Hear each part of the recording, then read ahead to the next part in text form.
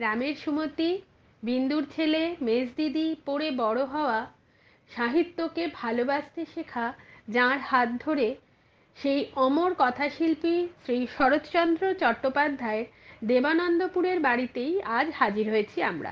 মনের মধ্যে যে কি অফুরান আনন্দ তা ভাষা দিয়ে বোঝানো সম্ভব নয়। ছোটবেলার সবচেয়ে পছন্দের সাহিত্যিকের বাসস্থানে পৌঁছে নিজেকে ধন্য মনে। বাড়ির গেট দিয়ে ঢুকেই ঠিক সামনেই রয়েছে শরৎচন্দ্রের প্রস্তর মূর্তি। তবে বাড়ির প্রাঙ্গণে ঢুকলেও বাইরে থেকেই সব দেখে দুধের স্বাদ ঘোলেই মেটাতে হলো আমাদের।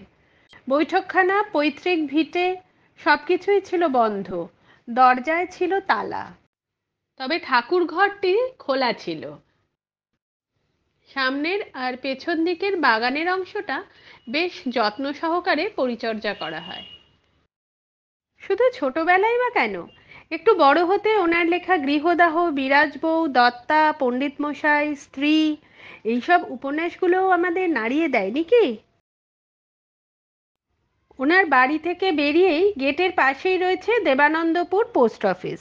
সামনে মোড়ের কাছে এসে বাঁ হাতে রয়েছে শরৎচন্দ্র স্মৃতি মন্দির, যেটি একটি মিউজিয়াম, যেখানে রয়েছে শরৎচন্দ্রের জীবনী সম্পর্কে বিভিন্ন রকম তথ্য, ওনার ব্যবহৃত জিনিসপত্র রয়েছে। তবে ভেতরে ছবি তোলা যাবে না, তো তাই তোলা যায়নি।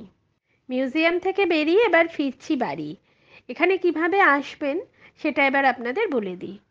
হাওড়া বা শিয়ালদা থেকে ব্যান্ডেলগামী যে কোনো ট্রেনে করে এসে নামতে হবে ব্যান্ডেলে।